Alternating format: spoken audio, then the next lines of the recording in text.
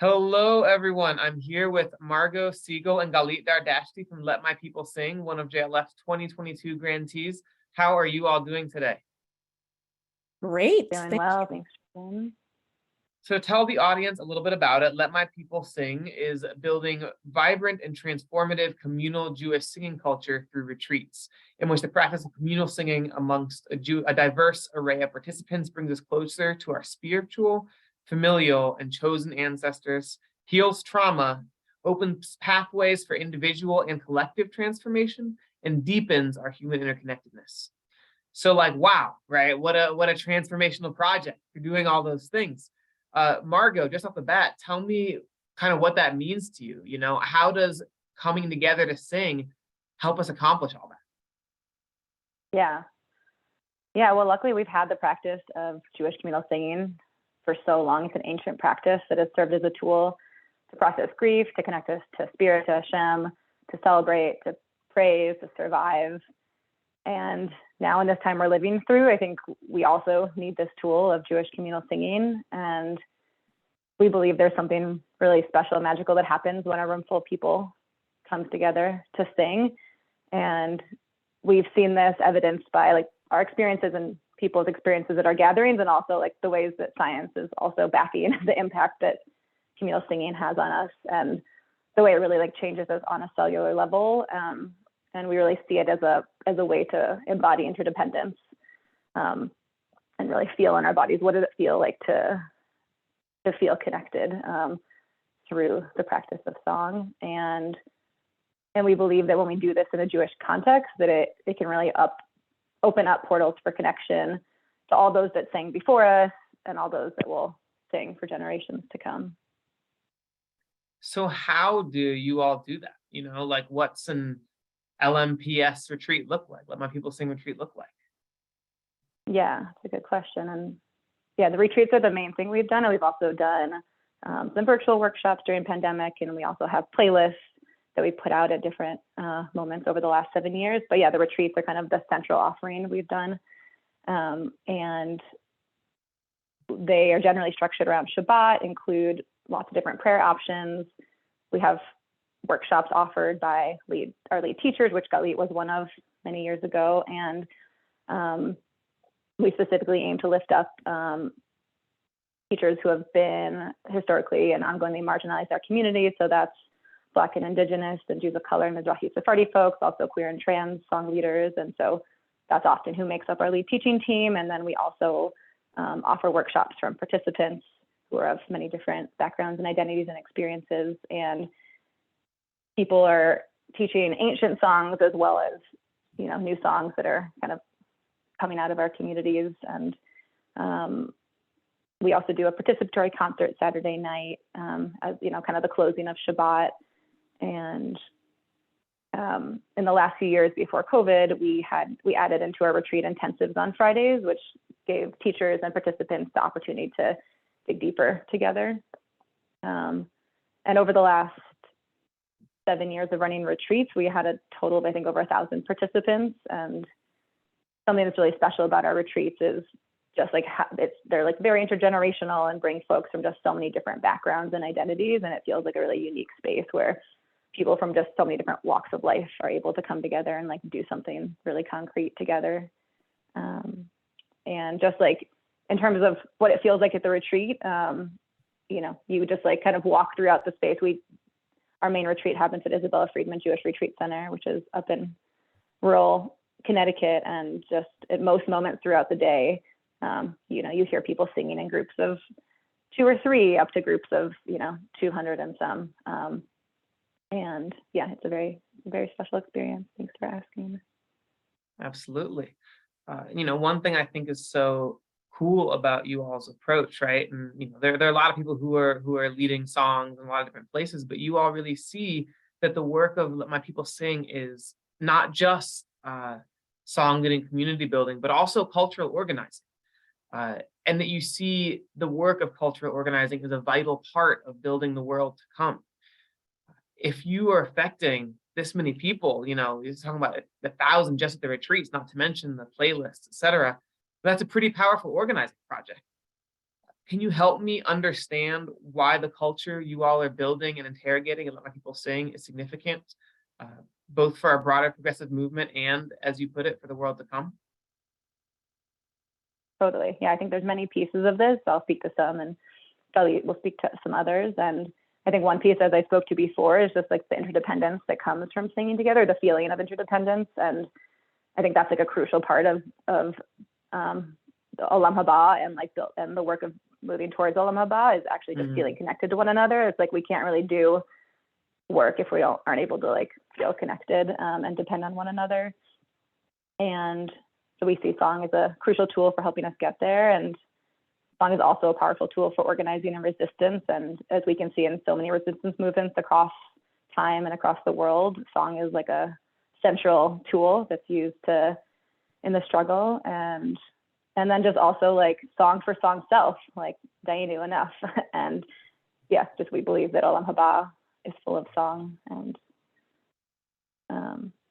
yeah, and I'm yeah, I'm yeah, go ahead, gonna Dylan. jump I know, off. Galeet. Yeah, please. Yeah, go ahead. I mean, first of all, I just want to say that I was blown away by Let My People Sing. I've only been once, and I was on faculty teaching. And I mean, it's really hard for me to put in words how we felt about it. It was just such a powerful experience to see the way all these people came together to sing. And in terms of the broader progressive movement, I mean, Margot has really touched on all of these. These are, in many contexts, these are marginalized people who are teaching and also, I would say, attending the whole Let My People Sing weekend. And for me, I'll speak personally, I was just so impressed by the way in which Let My People Sing foregrounds Sephardi Mizrahi culture. And I actually didn't know what to expect the first time I was there. I guess it was 2018, around then, Margot, I believe. And right. And this is it at this moment, this was really the beginning, the beginning of seeing young people who wanted so much to learn their own music. Like, I've spent a lot of time teaching Sephardi Mizrahi music to people who maybe are Ashkenazi, and that's wonderful too. And those people also attend Let My People Sing, and it was very powerful to teach for them. But everybody kind of, for our progressive movement, needs to understand that we're no longer a just an Ashkenazi society in the United States, and that people in all different communities need to feel seen and need to feel heard.